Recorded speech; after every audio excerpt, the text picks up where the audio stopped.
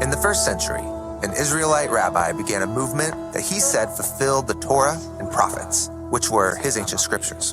Jesus of Nazareth announced this movement among the powerless, the sick, and the poor who hungered for a world set right. He called these people to radical peacemaking and generosity, and he called this movement the arrival of the kingdom of the skies. So remind me, what does Jesus mean by the kingdom of the skies? Well, in the Bible, the skies are the ultimate image of God's realm where life and justice prevail. And so heaven, arriving on earth, means God's goodness, overcoming death and violence here on the land.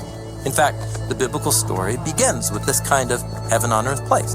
Oh yeah, the Garden of Eden. Yes, walking with God in the garden, sustained by his love, building a home together.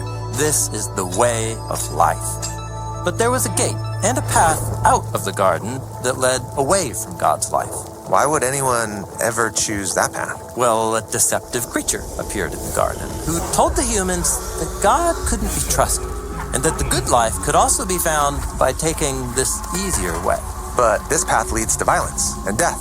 Right. And so the Torah and prophets tell the story about God choosing one family, Israel, and then giving them his Torah, his instruction, about how they can return to God's presence once again, how they could build homes and communities where God can come and live among them, how they could even demonstrate to the rest of the world the way back to God's life. But even with God's instruction, Israel was also deceived, and they took another path. Yeah, they were deceived by their own prophets and leaders who claimed to speak on God's behalf. The prophet Ezekiel called them wolves, people who not only take the wrong path themselves, they get others to follow them. Okay, but now Jesus is claiming that God's kingdom has arrived with him.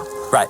Jesus is creating a new group of Israelites who will take the right path. They'll reject deceivers and build something that lasts if they accept this calling. And so, in this closing section of the Sermon on the Mount, Jesus presents a choice.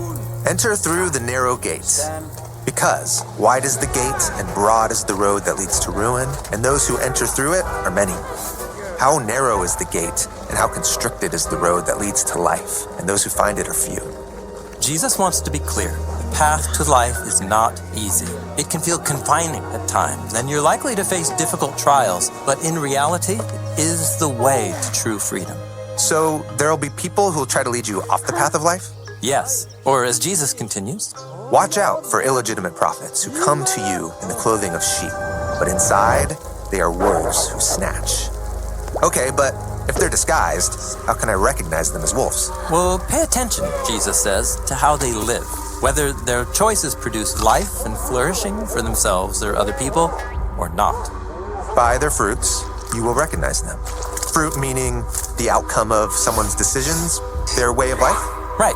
If you're the kind of person whose actions produce diseased fruit, you won't last in God's new reality. Okay, but life is more complex than that. I could produce enough good fruit to fool a lot of people, even fool myself. Maybe, for a while, but you won't fool God, as Jesus says. Many will say to me on that day, Master, Master, didn't we prophesy in your name, and cast out demons in your name, and do many mighty acts in your name? And then I will declare to them, I have never known you. So someone could imitate the actions of Jesus, but never be known by him? Well, remember, Jesus warned about doing the right thing for the wrong reasons. If our motives are disconnected from our actions, we miss out on the life-giving, intimate connection that Jesus offers with himself. A connection with Jesus himself? Jesus isn't just presenting a choice about our behavior. The choice is about how we respond to him. Will we let him transform our ways to be more and more aligned with God's ways? Or, as he puts it next, where are we going to build our house? On the sand or on the rock? Well, that's a memorable image, but kind of random. Not really. In the Hebrew scriptures, the house of God is the most common phrase to describe God's temple, up on the rocky hill of Jerusalem.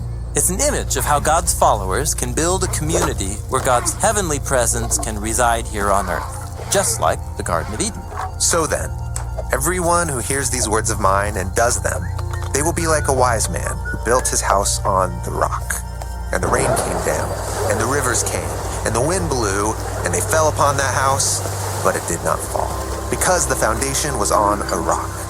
And everyone who hears these words of mine and does not do them, they will be like a foolish man who built his house on the sand. And the rain came down, and the rivers came, and the wind blew, and they fell upon that house, and it fell. And its falling was huge. So, build places where God can reside and where Eden can spring to life, because ultimately, those places are the only ones that will last. Yes. And just like Jesus said at the very beginning of the sermon, a city on a hill cannot be hidden. So let that light shine for everyone to see. Jesus is describing a new humanity who lives together by God's wisdom and love, creating communities of peace and justice in the midst of violence and death that surrounds on every front. In all the teachings of the Sermon on the Mount, Jesus has given us a bold vision for what this can look like. And through the rest of his own life, Jesus lived out that vision, and he offered his followers the choice to do the same. And now, that choice is ours.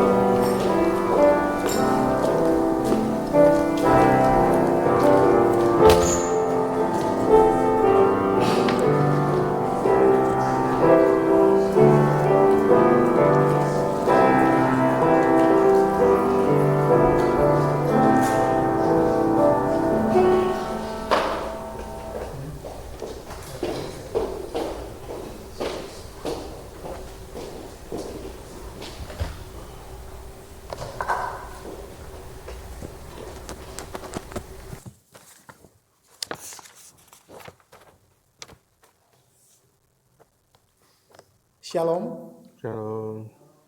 Jemaat Gereja Kasih Anugerah. Shalom, Majelis dan Jemaat Gereja Kasih Anugerah menyambut dengan sukacita dan menyampaikan selamat beribadah kepada seluruh jemaat dalam ibadah minggu kelima sesudah Pentakosta. Kiranya ibadah yang kita lakukan saat ini berkenan di hadapan Tuhan. Kita bersatu di sini.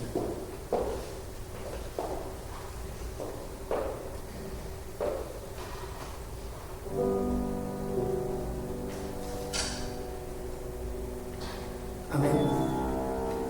Jemaat Tuhan, mari kita bangkit berdiri.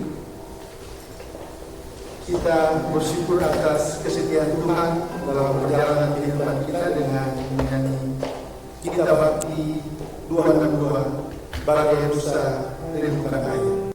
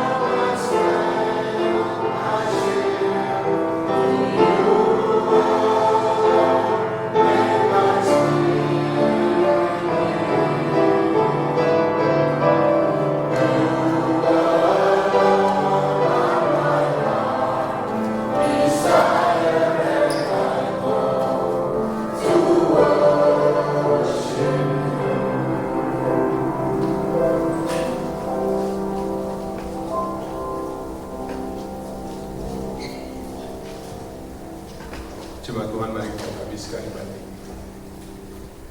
Pertolongan bagi kita adalah di dalam nama Tuhan yang menjadikan langit dan bumi.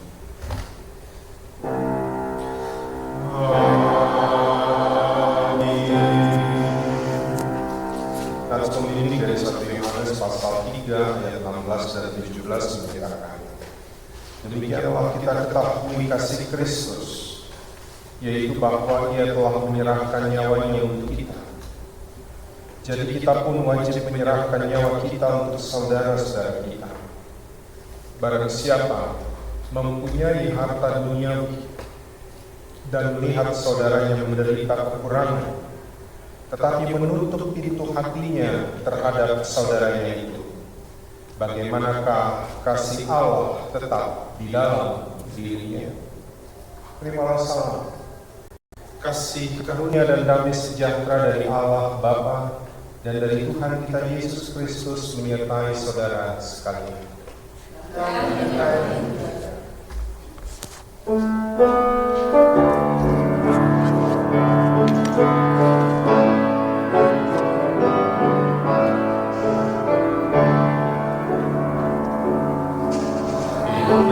Shalom.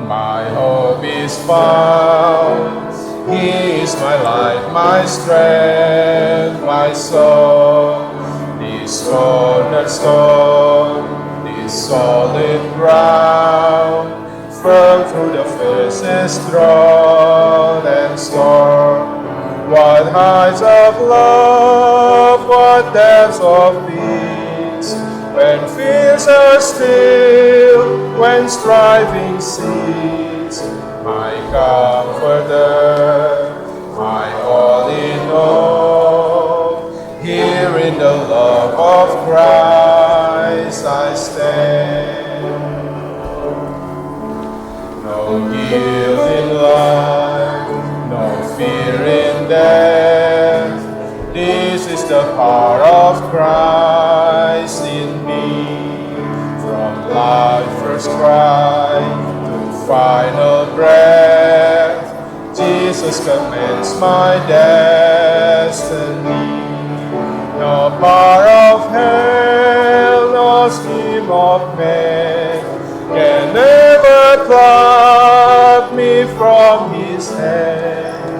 If he returns or calls me home, here in the power of Christ I stand.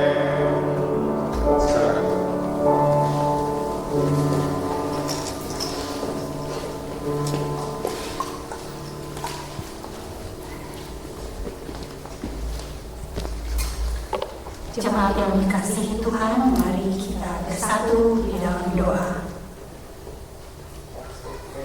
Ya Bapa yang Maha Kuasa, kami bersyukur atas pertolongan dan berkat-Mu yang kami terima dalam kehidupan selama sepekan yang lalu. Mulai kehidupan kami di pekan yang baru ini, kami datang untuk beribadah, bersujud sembah, dan memuji nama Tuhan. Layakanlah kami dan berkenanlah atas ibadah ini, atas sembah, sujud, dan pujian yang akan kami panjatkan kepadamu.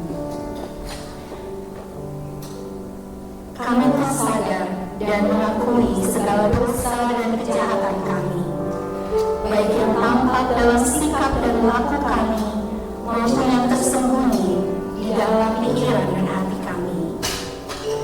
Berilah kami pengampunan dan damai sejahtera ya Bapa, serta baharilah hidup kami oleh Roh Kudus-Mu.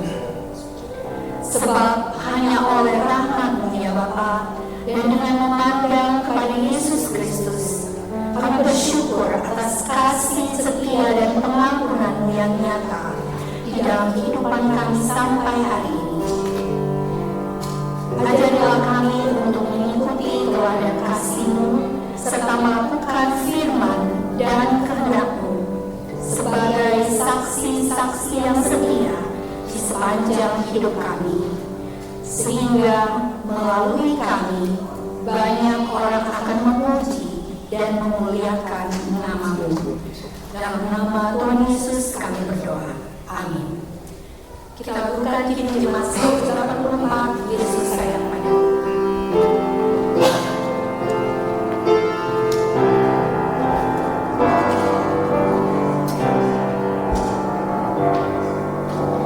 Yesus sayang padaku,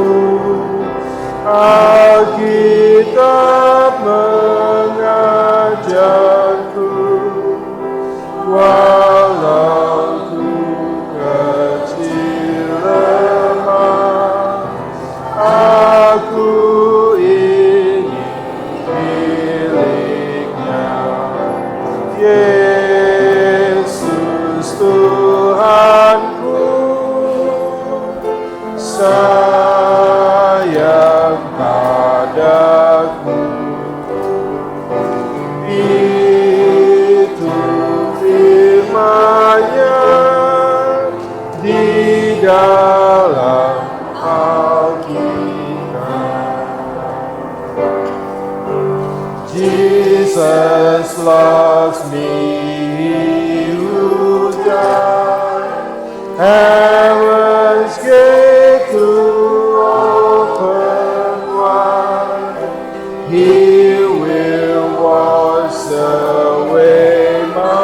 kasih.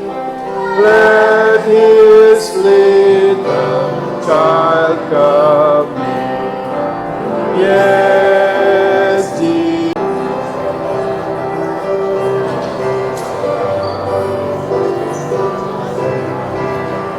Peace be with you.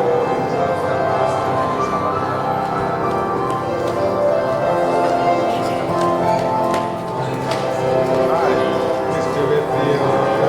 Peace be with you. Thank you. Yeah, I know. Yeah.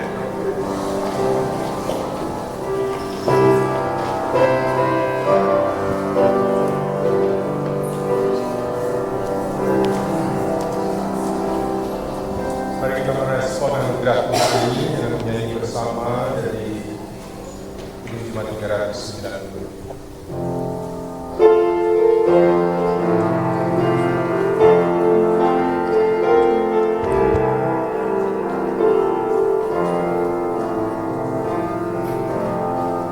Betapa indah harinya saat ku pilih menebus, alangkah sukacitanya ku memberitakannya terus.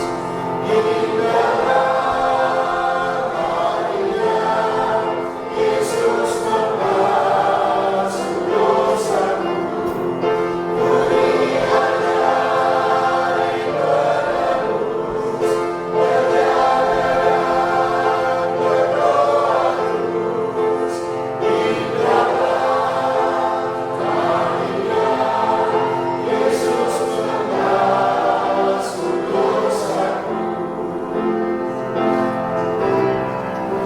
It's not the great transaction now. I am my Lord's and He is mine. He drew me and I follow on. Rejoice to all the God divine. Happy day, when Jesus knows my sins away.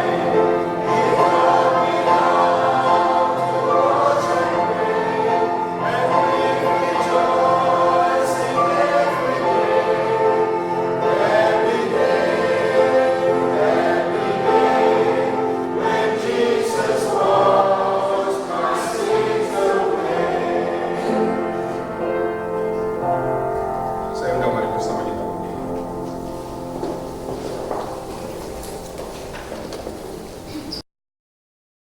Amanat hidup baru yang dinyatakan Tuhan bagi kita sekalian berdasarkan Injil Matius pasal 22 ayat 37 sampai dengan ayat yang ke-40. Injil Matius pasal 22 ayat 37 sampai 40. Saya mengajak bersama-sama dari ayat 37 sampai dengan ayat 40. Mari kita mulai. 2, 3. Jawab Yesus kepadanya, "Kasihilah Tuhan Allahmu dengan segenap hatimu dan dengan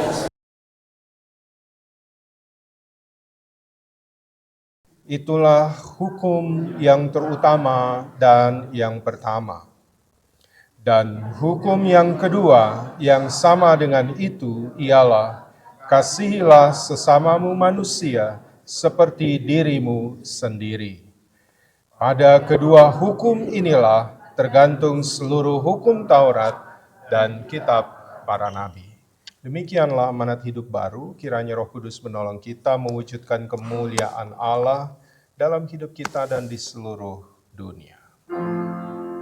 Praise God from whom all blessings flow. Praise Him, all creatures here below. Praise Him above the earth. Praise Father, Son, and Holy Ghost. Amen. Silakan.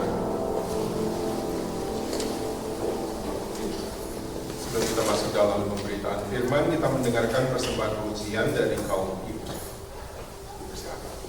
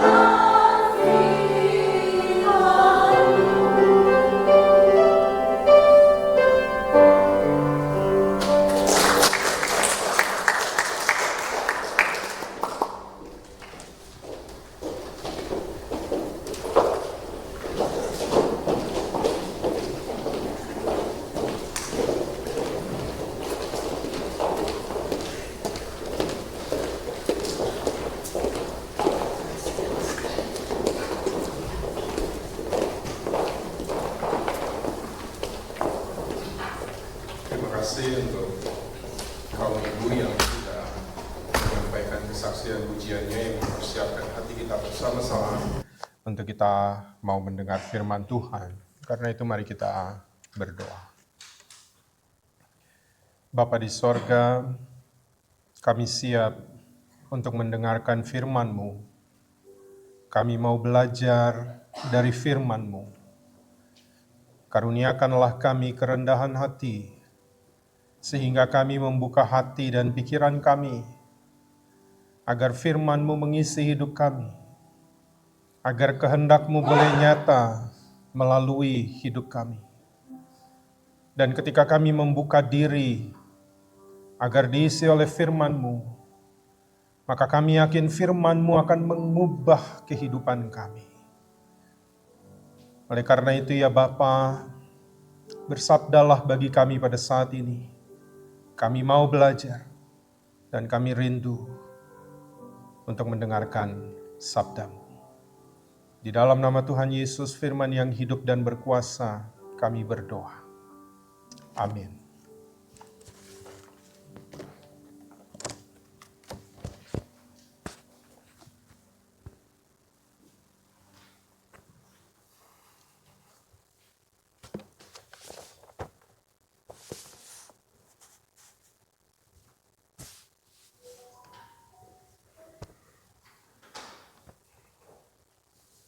Bacaan Alkitab hari ini terambil dari Kitab Lukas 10 ayat 25 sampai ayatnya yang ke-37. Lukas 10 ayat 25 sampai ayatnya yang ke-37 yang menyatakan, pada suatu kali berdirilah seorang ahli Taurat untuk mencobai Yesus, katanya, "Guru, apa yang harus kuperbuat untuk memperoleh hidup yang kekal?" Jawab Yesus kepadanya, "Apa yang tertulis dalam hukum Taurat? Apa yang kau baca di sana?" Jawab orang itu, "Kasihilah Tuhan Allahmu dengan segenap hatimu, dan dengan segenap jiwamu, dan dengan segenap kekuatanmu, dan dengan segenap akal budimu, dan kasihilah sesamamu manusia seperti dirimu sendiri." Kata Yesus kepadanya, "Jawabmu itu benar, perbuatlah demikian, maka engkau akan hidup." Tetapi untuk membenarkan dirinya, orang itu berkata kepada Yesus, "Dan siapakah sesamaku manusia?" Jawab Yesus, "Adalah seorang yang turun dari Yerusalem ke Yeriko.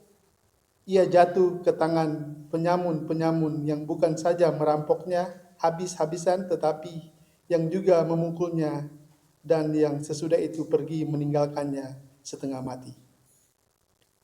Kebetulan ada seorang imam turun melalui jalan itu. Ia melihat orang itu, tetapi ia melewatinya dari seberang jalan. Demikian juga seorang Lewi datang ke tempat itu. Ketika ia melihat orang itu, ia melewatinya dari seberang jalan. Lalu datang seorang Samaria yang sedang dalam perjalanan ke tempat itu. Dan ketika ia melihat orang itu, tergeraklah hatinya oleh belas kasihan. Ia pergi kepadanya, lalu membalut luka-lukanya. Sesudah ia menyiraminya dengan minyak dan anggur. Kemudian ia menaikkan orang itu ke atas keledai tunggangannya sendiri, lalu membawanya ke tempat penginapan dan merawatnya. Keesokan harinya ia menyerahkan 2 dinar kepada pemilik penginapan itu, katanya, "Rawatlah dia, dan jika kau belanjakan lebih dari ini, aku akan menggantinya waktu aku kembali." Siapakah di antara ketiga orang ini menurut pendapatmu adalah sesama manusia dari orang yang jatuh ke tangan penyamun itu? Jawab orang itu, "Orang yang telah menunjukkan belas kasihan kepadanya." Kata Yesus kepadanya, "Pergilah dan perbuatlah demikian." Demikianlah pembacaan Alkitab. Berbahagialah orang-orang yang memegang peringatan-peringatannya, yang mencari Dia dengan segenap hati, yang juga tidak melakukan kejahatan, tetapi yang berjalan menurut jalan-jalan yang ditunjukkannya. Haleluya. Haleluya.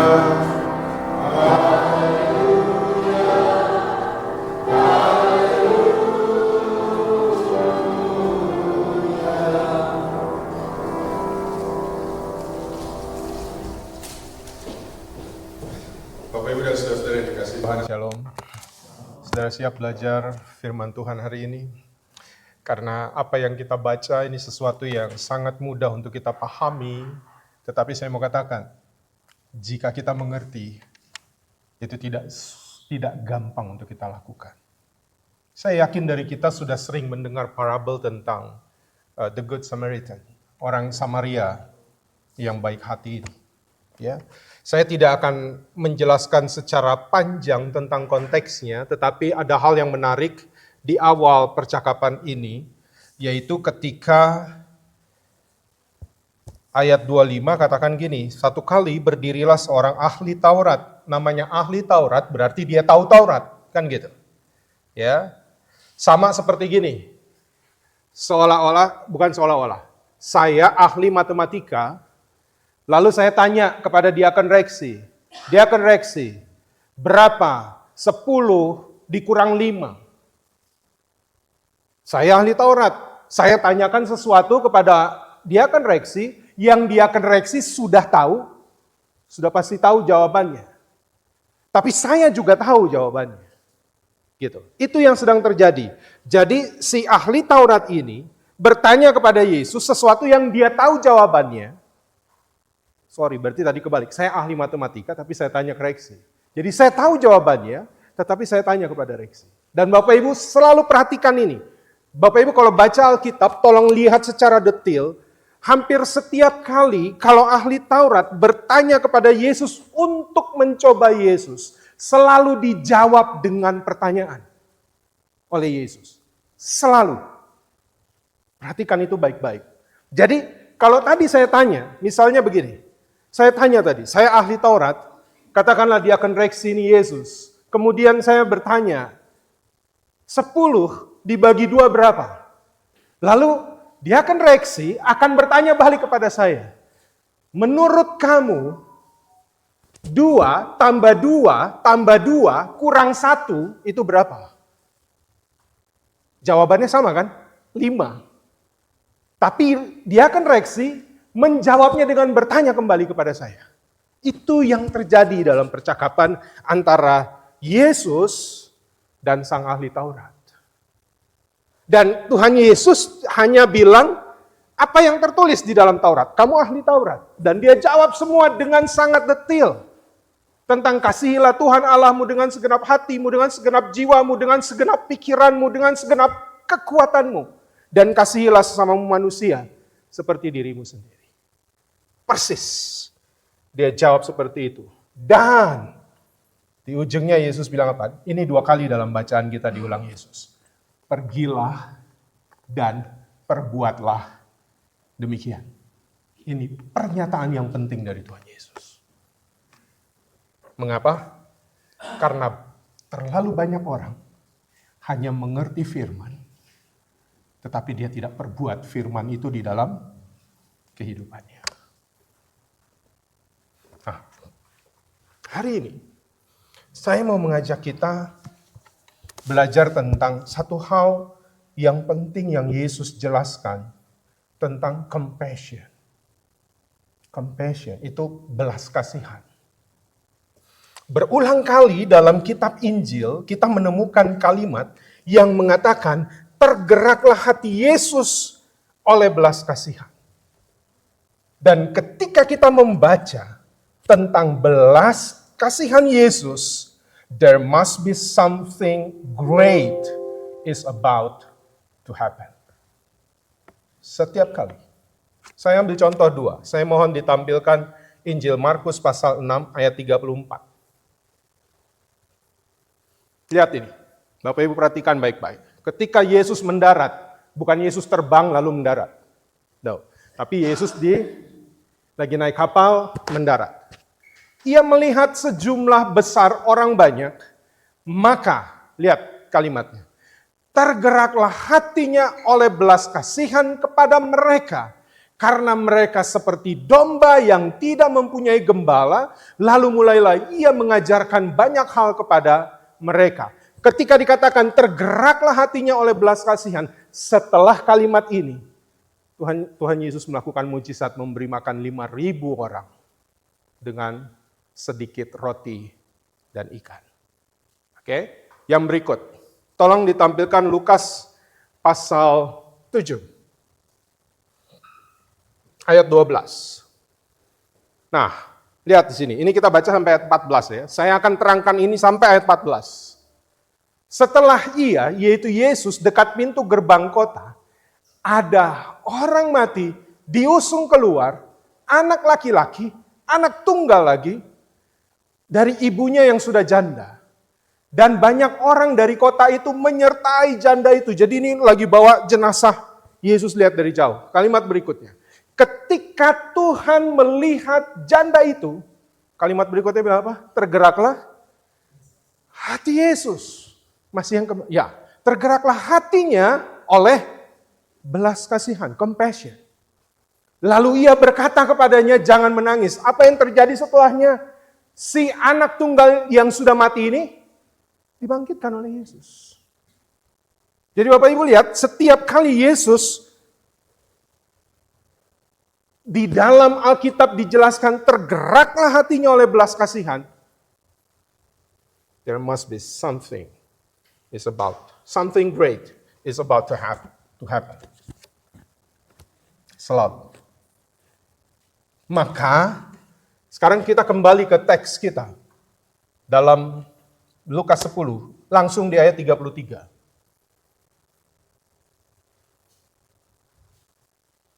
Ya. Ini parabel yang Tuhan Yesus sampaikan. Tapi di dalam parabel ini, ayat 33 ini ada sesuatu yang penting. Dikatakan begini, lalu datang seorang Samaria yang sedang dalam perjalanan ke tempat itu, dan ketika ia melihat orang itu, kata Yesus apa? Tergeraklah hatinya oleh belas kasihan. Yesus sedang mengajarkan tentang belas kasihan. Bapak Ibu, apa artinya compassion?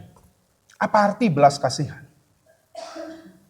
Belas kasihan adalah perasaan yang muncul ketika Anda diperhadapkan dengan penderitaan orang lain dan Anda termotivasi untuk bergerak meringankan penderitaan orang itu. Itulah belas kasihan. Nah, kata dasar dari belas kasihan itu dalam bahasa Yunani adalah splachnon atau splachnos. Bahasa Inggrisnya bowels. Bowels itu usus. Nah, kenapa orang Yunani memakai kiasan ini untuk kata dasar dari compassion? Dalam pandangan Yunani kuno, perasaan itu menurut mereka, perasaan yang paling dalam itu berasal dari organ tubuh yang paling dalam. Sumber fisik dari emosi. Itu jadi saya mau gambarkan begini. Pergerakan usus. Kalau usus sudah bergerak, Anda mau tidak mau. Ya, begitu dia sudah mulai bergejolak, Anda mau tidak mau harus bergerak untuk melakukan sesuatu. Saya ambil contoh, mohon maaf. Kalau contohnya mungkin menurut Bapak Ibu agak gimana gitu ya. Tapi saya mau mengisahkan tentang apa yang pernah terjadi pada saya. Pada satu ketika saya melayani, dan Bapak Ibu bayangkan, pada saat saya berkhotbah, di ruangan yang ber-AC, tapi orang bisa melihat saya, keringat saya besar-besar di sini. Orang tidak tahu apa yang terjadi, cuma saya yang tahu bahwa saya sedang mules. Sakit perut. Bayangin udah pakai toga, lagi khotbah, masih di tengah-tengah khotbah, di sini udah putar. Orang nggak, Bapak Ibu, saya sampai berdiri, waktu itu mimbarnya agak tinggi, saya berdirinya agak di atas. Jadi saya sambil khotbah, ntar begini, pura-pura begini, ntar begini. Sakit. Udah nggak tahan. Lalu saya pikir gimana caranya? Ini di tengah-tengah. Kalau misalnya kayak begini nggak mungkin kan, saya lagi sakit lalu saya bilang diaken Reksi ganti Akang ke kita. Yang sakit perut langsung diaken Reksi bukan saya kan gitu. Gitu. Gak mungkin. Lalu saya berpikir gimana caranya? Oh udah shortcut. Amin.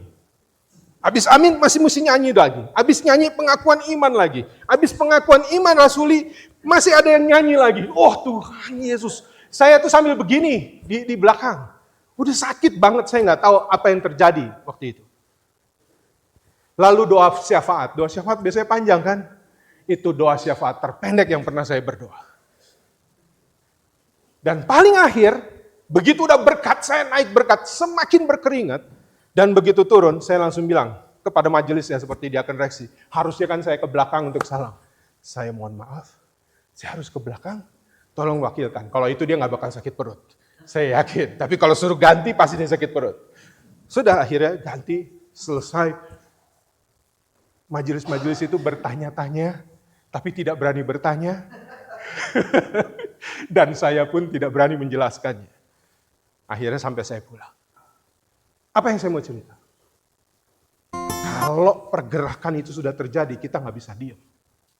Dan kalau kita diam, itu membuat kita berkeringat, basuar jahat. Nggak bisa kita diam. That is compassion. Ketika Anda melihat orang susah, kalau Anda masih diam, it's not compassion. Karena compassion tidak bisa membuat Anda diam. Dan itu yang selalu Yesus lakukan. Makanya ketika dikatakan, tergeraklah oleh belas kasihan hati Yesus. Selalu setelah itu, ada kejadian besar yang Yesus lakukan. Mengapa? Karena dia tidak bisa diam untuk melihat orang yang kesusahan. Itulah belas kasihan. Ini gambarannya tentang compassion. That compassion will produce action. Belas kasihan akan selalu menghadirkan tindakan. Hari ini kita belajar tentang compassion dari perumpamaan yang Tuhan Yesus sampaikan tentang orang Samaria yang baik hati. Perhatikan, tolong ditampilkan. Setelah ayat 33 ini, ya, tergerak hatinya oleh belas kasihan. Lihat ayat 34.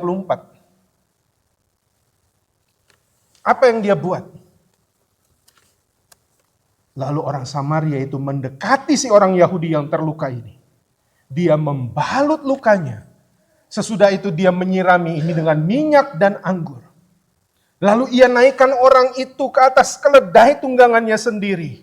Lalu membawa ke penginapan dan merawatnya.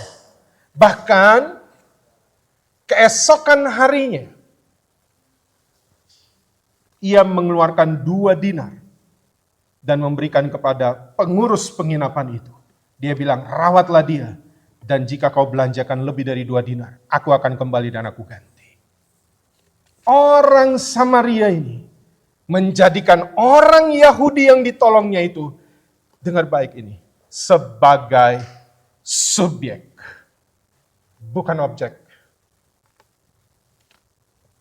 Semua perhatiannya dicurahkan penuh kepada si orang Yahudi yang luka ini. Pertama, ia pergi menghampiri orang yang terluka itu. Orang Samaria itu fokus kepada luka-luka yang terdapat di orang Yahudi tersebut. Dia fokuskan perhatiannya kepada kebutuhan dari orang Yahudi itu. Dan dia melakukannya hingga tuntas. Bahkan yang menarik. Lihat ini di ayat ini. Orang Samaria itu mengajak pemilik penginapan untuk bersama-sama terlibat dalam melakukan kebaikan. Ia mengajak orang terlibat dalam melakukan pekerjaan baik. Dan semua ini hanya bisa dilakukan ketika ia menjadikan orang yang terluka itu sebagai subjek. Saudara-saudara, Bapak Ibu, Saudara harus ingat apa yang Yesus sampaikan. Dia bilang begini, ini kalimat yang sederhana tapi penting dan mendalam. Aku datang bukan untuk dilayani, tetapi untuk dia datang, bukan dia subjeknya. Dia datang, subjeknya adalah siapa? Saudara dan saya. Makanya dia mau mati di atas kayu salib. Enggak setengah-setengah dia lakukan. Itulah compassion. Allah yang maha kudus punya belas kasihan kepada manusia, sehingga dia mau meninggalkan kekudusannya, hadir di tengah manusia yang hina. Allah yang maha kaya, yang punya dan menciptakan segala sesuatu, dia mau hadir dalam kemiskinan. Karena dia punya belas kasihan untuk saudara dan saya. Bukan Yesus subjeknya, tapi kitalah subjeknya. Banyak orang membantu, tapi subjeknya masih dirinya, bukan orang yang dibantu. Sehingga gimana? Kan beberapa waktu lalu lah, bertahun-tahun lalu, Bapak Ibu pernah lihat lah. Saya dulu waktu belum ada Joshua sama istri saya, masih tinggal di kampung. Kalau pagi itu cuma setel, udah ganti dari RCTI, insert, SCTV, Fokus misalnya. Trans TV, apa tuh gosipnya. Itulah. Acara itu terus dan berulang-ulang kali kalau seorang artis mau menyampaikan bantuan, mereka panggil kamera. Kasih sambil senyum-senyum. Subjeknya bukan orang yang dibantu, subjeknya dirinya. Supaya kreditnya naik. Itu bukan compassion. Maka belas kasihan itu, ini pengajaran yang Yesus mau sampaikan. Makanya dia kasih 3 contoh. Ya, ada imam, ada Lewi, ada orang Samaria. Karena belas kasihan itu berbeda dengan simpati, berbeda dengan empati. Ya dah. Kalau simpati adalah orang merasa kasihan, cuma peduli terhadap orang lain, tapi tetap menjaga jarak emosional. Makanya dibilang, si imam ini berjalan, dia dari seberang, yang sedang sakit itu di sana. Dia cuma lihat dari sini. Lalu apa yang dia bilang? Ini simpati namanya. Oh kasihan. Siapa yang paling sering ngomong kasihan? Orang Manado, oh kasihan gitu kan. Dia cuma bisa bilang, kasihan itu simpati. Dia cuma lihat, oh kasihan dia. Itu simpati. Atau biasanya, kalau orang yang bersimpati dalam bahasa Inggris, oh I'm sorry to hear about your pain. I'm sorry to see you like this. Itu imam. Lalu yang kedua empati. Nah empati itu sesuatu yang lebih. Kemampuan kita untuk melihat dari perspektif orang lain dan ikut merasakan emosinya. Orang Lewi itu lewat, masih lebih lama dia lihat. Lalu begitu dia lihat nih orang berdarah, darah perlu ditolong, dia cuma bilang gitu, I feel you. I feel you. That's empathy.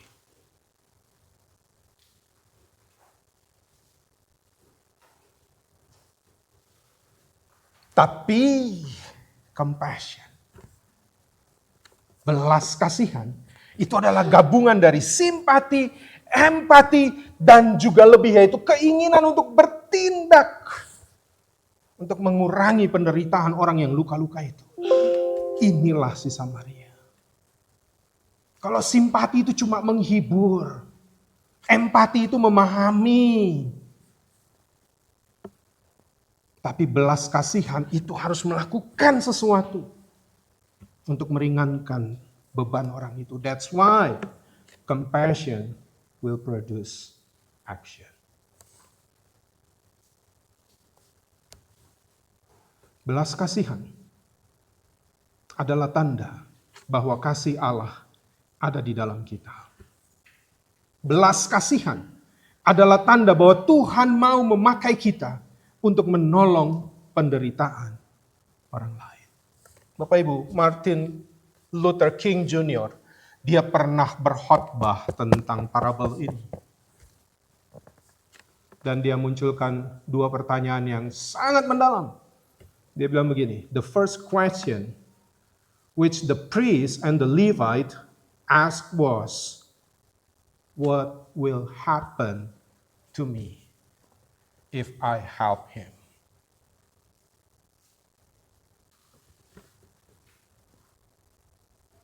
But the Good Samaritan reversed the question. If I don't stop and help him, what will happen to him? That is compassion. And compassion means love. Perhatikan tindakan orang Samaria itu. Ia mendekati, ia membalut lukanya. Ia siram dengan minyak dan anggur yang dia punya. Ia naikkan ke atas keledainya. Itu yang dia buat. Dan ia mencurahkan penuh semua perhatiannya kepada orang Samaria. Orang Yahudi yang sakit. Bahwa kenyataan orang Yahudi itu menganggap orang Samaria rendah. Bapak Ibu dengar baik ini. Compassion, belas kasih itu menghancurkan hal-hal seperti itu. Untuk memilih siapa yang mau saya tolong. Kenapa? Belajar dari orang Samaria. Orang Samaria itu menolongnya walaupun dia dianggap rendah. Kenapa? Karena subjeknya adalah bukan dirinya, tetapi orang yang sedang ditimpa kemalangan tersebut. Maka saya mengatakan begini. Ini saya baca, saya cari quotes-nya. Ada sebuah quotes bilang begini, love is a verb, not a word. That's why love isn't declared, it is demonstrated. Belas kasihan mengalahkan batas-batas dalam kehidupan. Maka paling akhir saya mau ajak kita baca Kolose 3 ayat 12.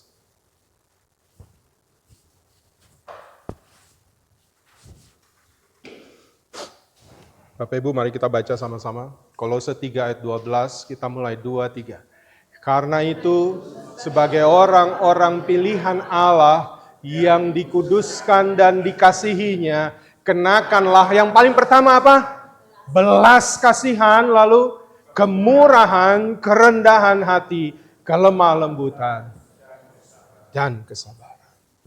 Kenakanlah belas kasihan. Kalau selama ini kita cuma menaruh simpati, cuma menaruh empati, saya bukan bilang itu buruk, enggak, itu sudah baik. Tapi sebagai pengikut Tuhan, yang Tuhan Yesus mau ajar kita adalah kenakanlah belas kasihan. Maka saya munculkan pertanyaan di akhir dari renungan ini. Siapkah kita mengizinkan Tuhan untuk mengintervensi hidup kita? Kita memberi ruang dalam hati kita untuk Tuhan menaruh belas kasihannya bagi kita. Jika kita bersedia, trust me, your life will never be the same again. Are you ready for it? Are you willing to open your heart?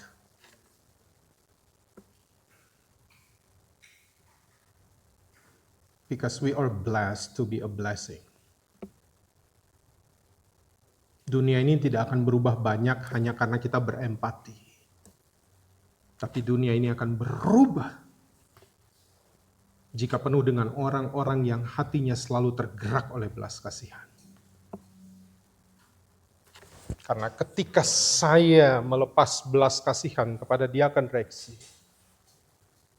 Dia akan reaksi, akan bercerita kepada istrinya, Alma, saya merasakan belas kasihan.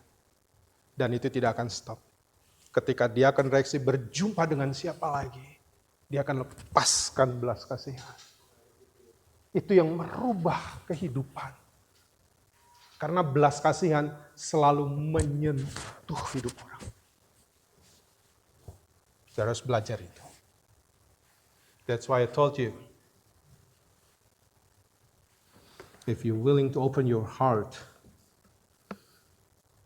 and if you do compassion, your life will never be the same again. Maka jangan keraskan hatimu, jangan kunci pintu hatimu. Karena Tuhan selalu mau memakai kita untuk menolong orang lain. Untuk membuktikan bahwa kasih-Nya tinggal di dalam hidup saudara dan saya. Saya ajak mari kita tutup mata, kita berdoa. Ya Tuhan, inilah kami semua yang sudah belajar dari firman. 2 kali Tuhan Yesus mengatakan kepada sang ahli Taurat, pergilah dan berbuatlah demikian. Kami yakin hari ini, setelah kami memahami firman-Mu, Engkau pun berkata kepada setiap kami, pergilah dan berbuatlah demikian. Maka kami buka hati kami. Inilah kami Tuhan, dengan keberadaan kami, dengan talenta kami, dengan kekuatan kami. Biarlah belas kasihan Tuhan mengisi kehidupan kami. Sehingga dimanapun kami hadir, kami akan selalu menyatakan kasih Allah kepada sesama kami. Kami berdoa di dalam nama Tuhan Yesus, Sang Sumber belas kasih yang sudah mati dan bangkit bagi kami. Amin.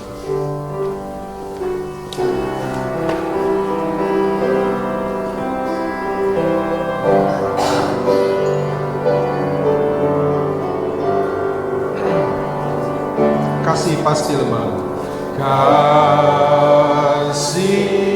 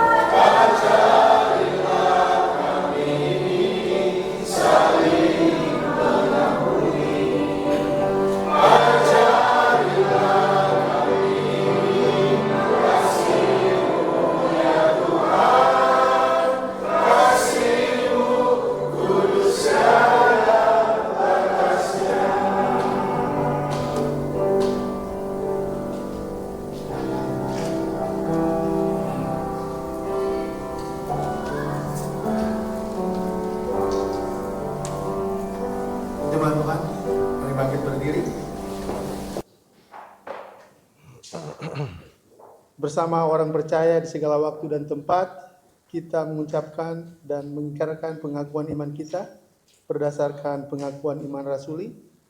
Hendaklah dengan hati dan mulut kita berkata, Aku percaya kepada Allah, Bapa yang Maha Kuasa, Khalik langit dan bumi, dan kepada Yesus Kristus, Anak yang tunggal Tuhan kita, yang dikandung daripada Roh Kudus, lahir dari anak darah Maria, yang menderita di bawah pemerintahan Pontius Pilatus, disalibkan, mati dan dikuburkan. Turun dalam kerajaan maut. Pada hari ketiga bangkit pula dari antara orang mati, naik ke surga, duduk di sebelah kanan Allah, Bapa yang Maha Kuasa. Dan dari sana ia akan datang untuk menghakimi orang yang hidup dan yang mati. Aku percaya pada Roh Kudus, Gereja yang kudus dan persekutuan orang kudus, pengampunan dosa, pengadilan dan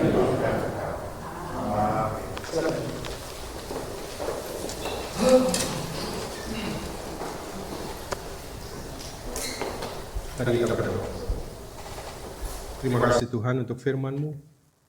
Kami percaya Roh Kudus terus bekerja, sehingga firman-Mu tidak berlalu dengan sia-sia. Apa yang sudah kami ketahui, apa yang sudah kami pahami, itulah yang akan kami perbuat. Seperti apa yang diperintahkan Yesus. Maka pada saat ini Tuhan, kami menyerahkan hidup kami. Biarlah belas kasih Tuhan selalu ada dalam hidup kami. Sehingga kami tahu bahwa kami hadir di dunia ini ada tujuan yang Tuhan inginkan untuk kami lakukan. Saat ini kami berdoa bagi saudara-saudara kami mereka yang sedang dalam keadaan sakit. Kami memohon jamahan Tuhan, biarlah kuasa Tuhan boleh memulihkan mereka. Tuhan berkati setiap perawatan, pengobatan. Dari sana datang kiranya pertolongan Tuhan yang memberikan kekuatan dan kesembuhan. Kami berdoa bagi Bapak Bu Ceta Halele, bagi Bapak Roli Sakul, bagi Ibu Pasha Engelen, bagi Ibu Pinkan Roti, bagi Bapak Richard Monteverde, bagi Ibu Alma Utoyo, bagi Bapak Pendeta Tony Thanos, bagi Ibu Sylvia Engelen, bagi Ibu Emi Paruntu, bagi Bapak Roy Jones, bagi Ibu Telly Tandayu, Ibu Lili Huai, dan Ibu Nora Angku.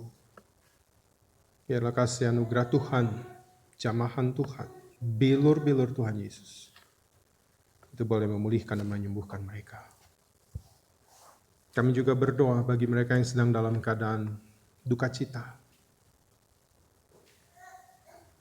Kami mohon Tuhan, kekuatan dan penghiburan Tuhan boleh hadir dalam kehidupan mereka.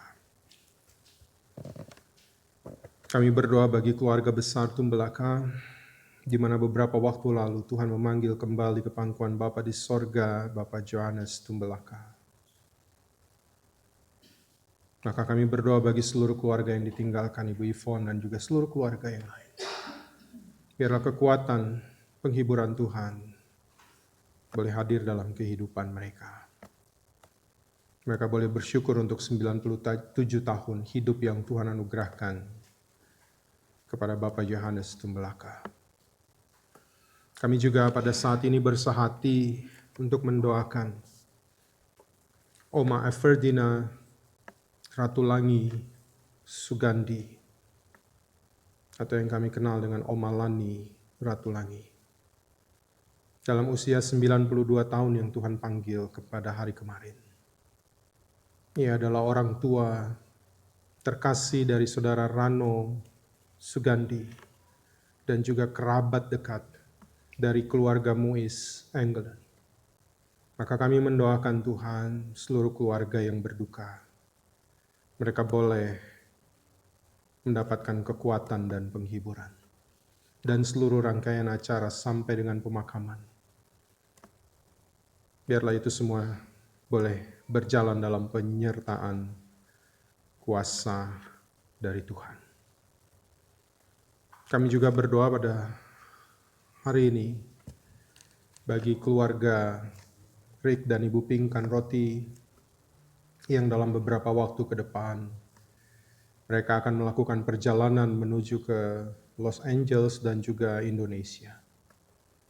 Tuhan sertai dalam seluruh rencana yang mereka akan tempuh, berjumpa dengan keluarga, anak terkasih mereka, bahkan cucu terkasih di sana di Los Angeles, dan juga akan meneruskan perjalanan menuju Indonesia. Biarlah semua boleh berjalan dalam penyertaan dan perlindungan Tuhan. Kami juga berdoa pada hari ini untuk mereka yang bersuka cita, karena Tuhan tambahkan 1 tahun usia bagi anak kami Joshua Gabriel Kaha, yang pada hari ini Tuhan tambahkan usianya, memasuki usia yang ke-13. Tuhan berkati Joshua, biarlah belas kasihan Tuhan taruh dalam hatinya. Tuhan memiliki rancangan yang terbaik buat masa depannya. Dalam memasuki usia remaja, ia boleh selalu menjadi remaja yang takut akan Tuhan, hormat terhadap orang tua, dan dia akan berupaya penuh dalam tanggung jawabnya sebagai seorang pelajar. Kami percaya rancangan yang terbaik itu Tuhan sediakan baginya.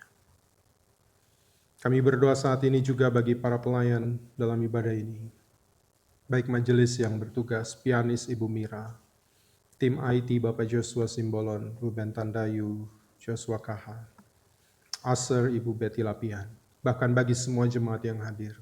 Biarlah berkat anugerah Tuhan mengiringi langkah kehidupan setiap kami. Dan kami boleh berjalan selalu dalam hidup ini dengan belas kasihan yang Tuhan taruh di dalam hati kami. Sehingga dimanapun kami berada, apapun yang kami lakukan, kasih Tuhan akan nampak melalui kehadiran kami. Terima kasih Bapa, kami berdoa bagi perdamaian dunia. Peperangan yang masih banyak terjadi.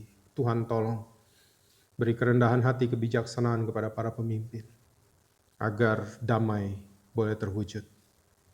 Juga berbagai krisis, baik kemiskinan, krisis ekonomi, orang-orang yang tertimpa berbagai bencana alam, mereka yang berada di penjara, orang-orang yang miskin, mereka yang berteriak dan berseru kepada Tuhan, memohon belas kasihan Tuhan atas kondisi hidup mereka. Kami doakan mereka Tuhan, bahkan kami menyediakan diri untuk apapun yang bisa kami lakukan bagi orang-orang sekitar kami untuk mengurangi penderitaan mereka. Dan biarlah Tuhan boleh memulihkan kehidupan mereka. Kami akan memasuki minggu yang baru. Kami mohon penyertaan Tuhan dan kami percaya berkat Tuhan akan tercurah atas hidup kami dan kami selalu bersedia menjadi saluran berkat-Mu bagi sesama kami. Inilah doa dan pengharapan serta rasa syukur kami ya Tuhan. Berkatilah jemaat GKA, biarlah kami juga semakin selalu mengasihi dan belas kasihan Tuhan itu boleh nampak dalam setiap kami. Doa ini kami naikkan hanya di dalam nama Tuhan Yesus yang sudah mengajar kami berdoa. Bapa kami yang di sorga, dikuduskanlah nama-Mu. Datanglah kerajaan-Mu, jadilah kehendak-Mu di bumi seperti di sorga. Berikanlah kami pada hari ini makanan kami yang secukupnya, dan ampunilah kami akan kesalahan kami, seperti kami juga mengampuni orang yang bersalah pada kami. Dan janganlah membawa kami ke dalam pencobaan, tapi lepaskanlah kami daripada yang jahat, karena Engkau yang punya kerajaan, dan kuasa, dan kemuliaan, sampai selama-lamanya. Amin. Kita akan mendengarkan persembahan pujian dari kaum Bapak Kompriyo.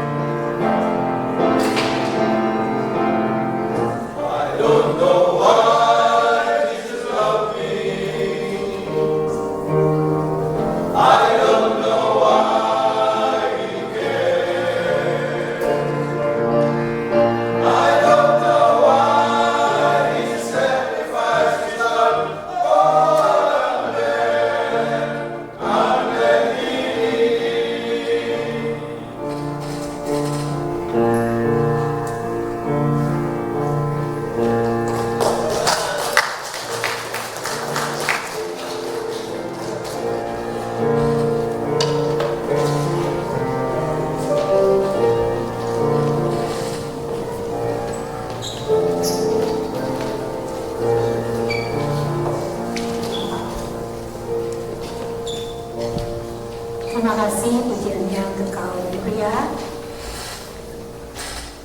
Jemaat yang dikasihi Tuhan, marilah kita mengucap syukur kepada Tuhan dengan memberi persembahan kepadanya. Dan kita dengarkan nats Alkitab dari 2 Korintus 8 ayat 14 dan 15 yang menyatakan, maka hendaklah sekarang ini kelebihan kamu mencukupkan kekurangan mereka, agar kelebihan mereka kemudian mencukupkan kekurangan kamu, supaya ada keseimbangan. Seperti ada tertulis, orang yang mengumpulkan banyak tidak akan berlebihan, dan orang yang mengumpulkan sedikit tidak kekurangan. Tuhan memberkati saudara dan persembahan saudara. Sambil kantong persembahan diedarkan, kita lakukan nyanyian jemaat Give Thanks.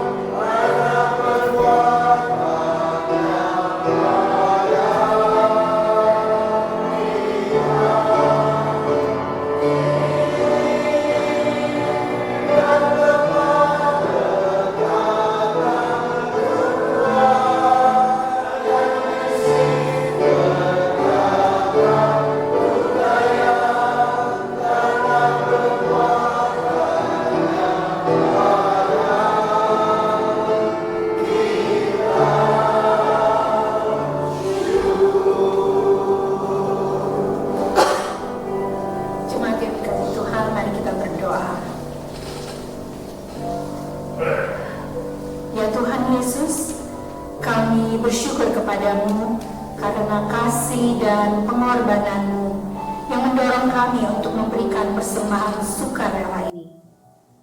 Kami sadar bahwa persembahan kami ini tidak sebanding dengan kurban tubuh dan darah-Mu yang Engkau persembahkan bagi kami dan dunia ini.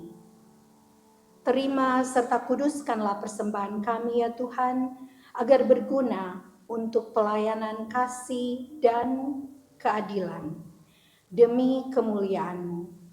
Dalam nama Tuhan Yesus kami berdoa. Amin.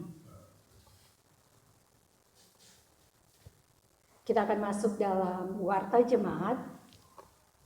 Majelis dan jemaat GKA mengucapkan banyak terima kasih kepada Bapak Pendeta Samuel KH yang telah melayani kita di sore hari ini.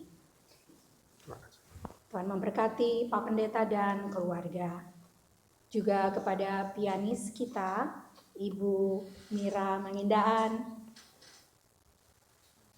Tuhan memberkati atas pelayanannya di sore ini. Juga kepada tim IT kita, Joshua Simbolon, Joshua KH, birthday boy, and Ruben Tandayu.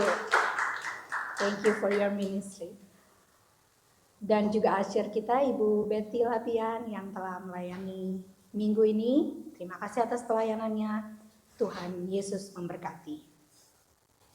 Majelis dan jemaat GKA juga mengucapkan selamat datang bagi jemaat yang baru pertama kali datang beribadah pada hari Minggu ini.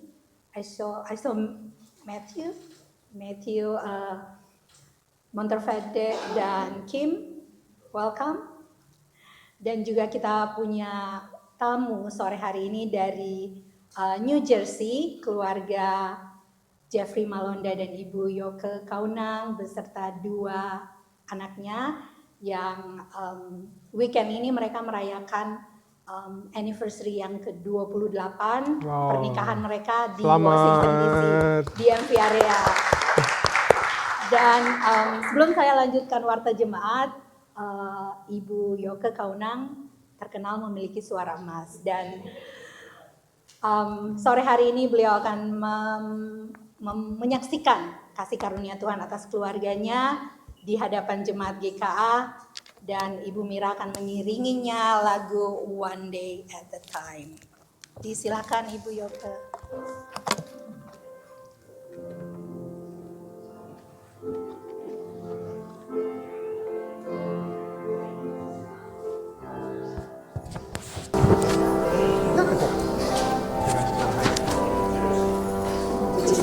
Shalom saudara-saudaraku, seperti yang sudah disampaikan oleh rekan saya Teddy, bahwa memang benar atas kasih karunia Tuhan, maka pada tahun ini kami keluarga, hanya keluarga mau menyaksikan kemurahan Tuhan lewat pernikahan yang Tuhan sudah tambahkan usia 1 tahun menjadi 28 tahun, ya.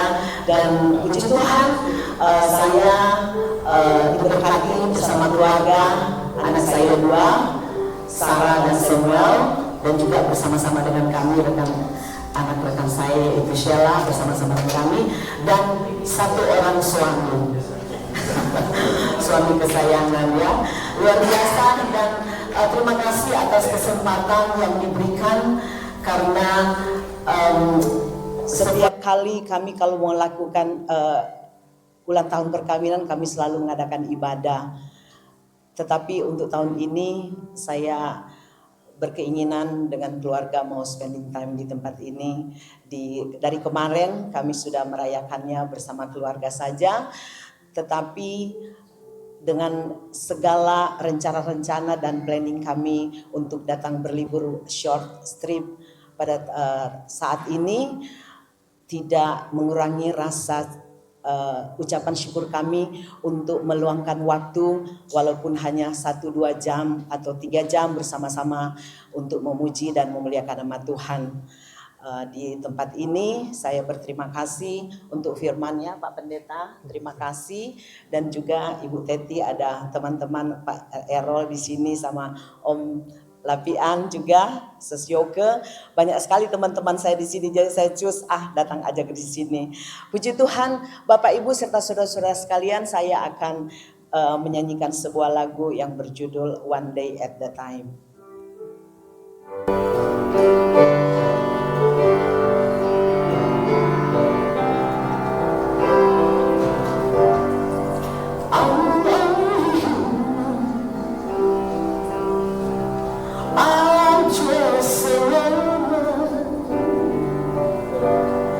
Help me believe what I could be, and all the time. Show me the story I had to climb. Love for my sin, teach me today, one day at a time. One day at a time, sweet Jesus, that's all I'm asking from you.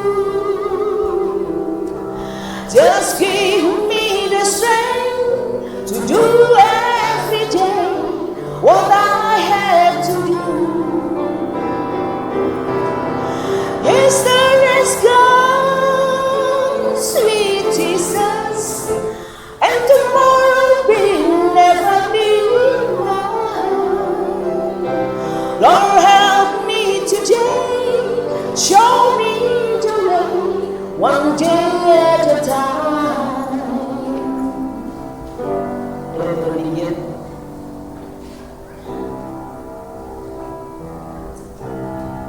I'm only human. I'm just a woman. Help me believe what I could be, and all the time. Show me the story I had to climb.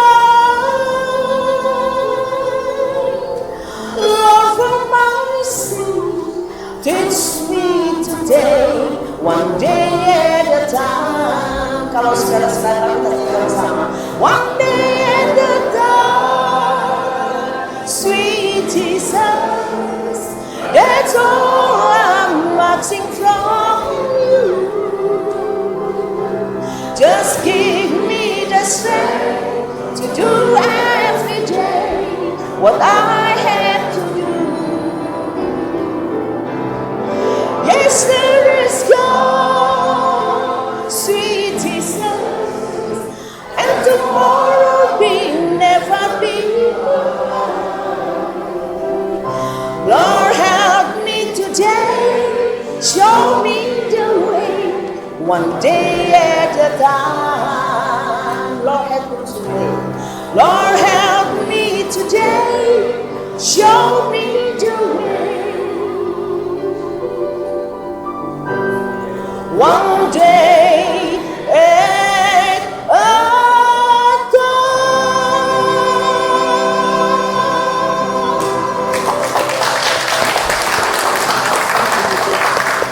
Terima kasih.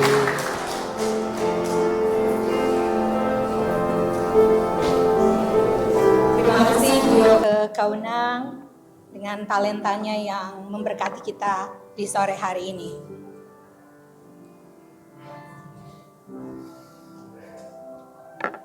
Saya lanjutkan untuk warta jemaat. Majelis Jemaat mengucapkan selamat hari ulang tahun yang dirayakan pada hari ini. Sepanjang minggu ini tidak ada yang ulang tahun, cuman hari ini buat Joshua KH. Happy birthday.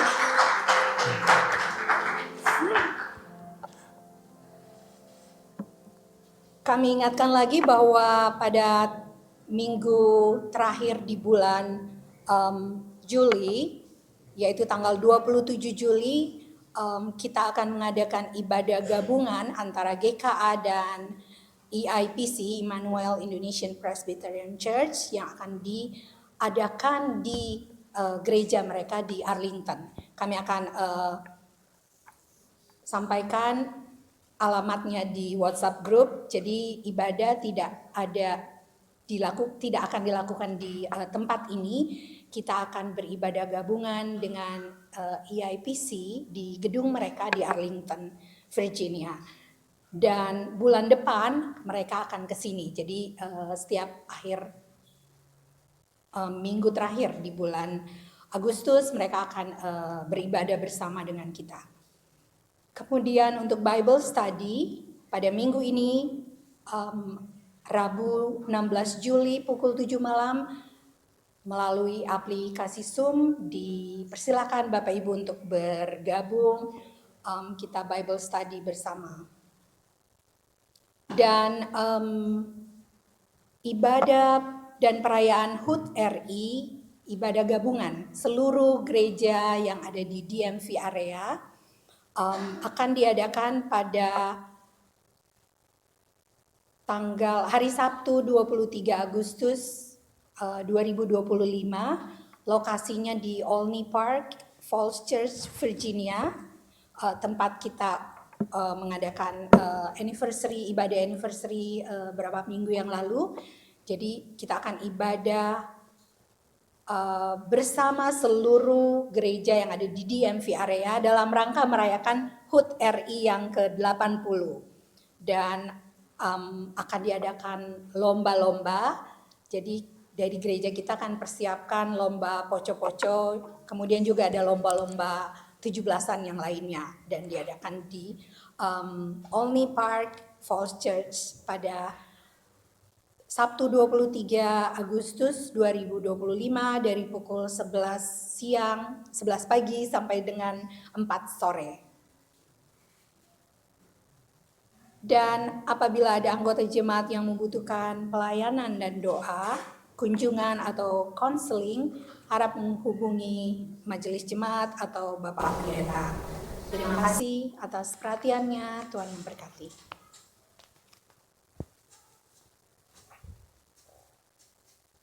Bapak Ibu, sebelum kita masuk dalam pengutusan, Blended Family akan memuliakan nama Tuhan. Ini para youth dan juga dengan teman-temannya. Dan Joshua yang ulang tahun. Mari Joshua.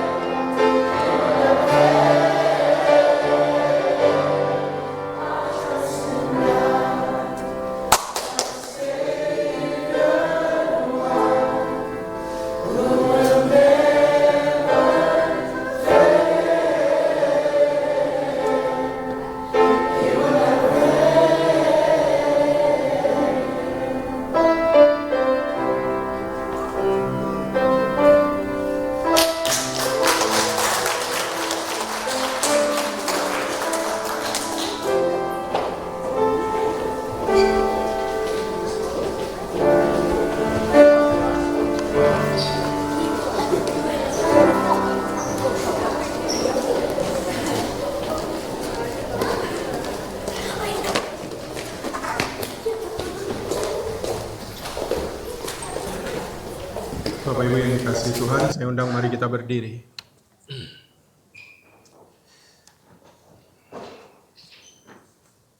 Sebelum saya menyampaikan amanat pengutusan, Tuhan menaruh ini di hati saya. Bapak Ibu, firman Tuhan katakan love your neighbor. Neighbor itu adalah orang yang paling dekat dengan kita. Ibu dan Bapak 28 tahun keluarga pelihara. Kenapa? Karena ada cinta kasih yang Tuhan taruh. Maka hari ini firman Tuhan mengajar kita, Yesus bilang, perbuatlah demikian, biarlah belas kasihan, the compassion, itu ada dalam diri kita. Karena Bapak Ibu bayangkan kalau dalam keluarga saja, kita hanya bersimpati atau kita hanya berempati, banyak yang tersakiti. Tapi kalau dalam keluarga kita punya belas kasihan, the compassion, maka itu akan membuat kita terus berjalan. Dan kita kuat. Karena kita saling menopang. Gak cuma bilang, aduh kasihan. Kalau suami bilang, aduh saya lagi sakit. Istri cuma bilang, oh kasihan. Tidak. Tetapi kita melakukan sesuatu. Dan itu yang Tuhan mau untuk kita lakukan. Oleh karena itu, kini lanjutkan perjalanan hidup ini dengan penuh damai sejahtera Tuhan. Jadilah pelaku firman Tuhan di dalam kehidupanmu. Dimanapun Tuhan mengutus kita, biarlah belas kasihan Tuhan nyata melalui hidup kita. Kita menyanyikan lagu pengutusan kita.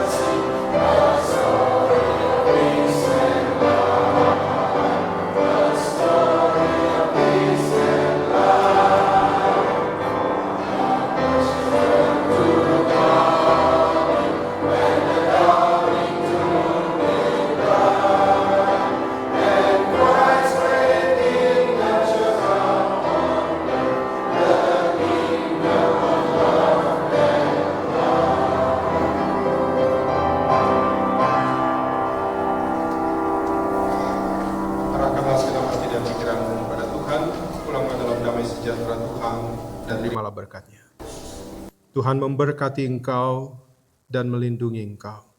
The Lord bless you and keep you. Tuhan menyinari engkau dengan wajah-Nya dan memberi engkau kasih karunia. The Lord make His face shine on you and be gracious to you. Tuhan menghadapkan wajah-Nya kepadamu dan memberi engkau damai sejahtera. The Lord turn His face toward you and give you peace. Hallelujah.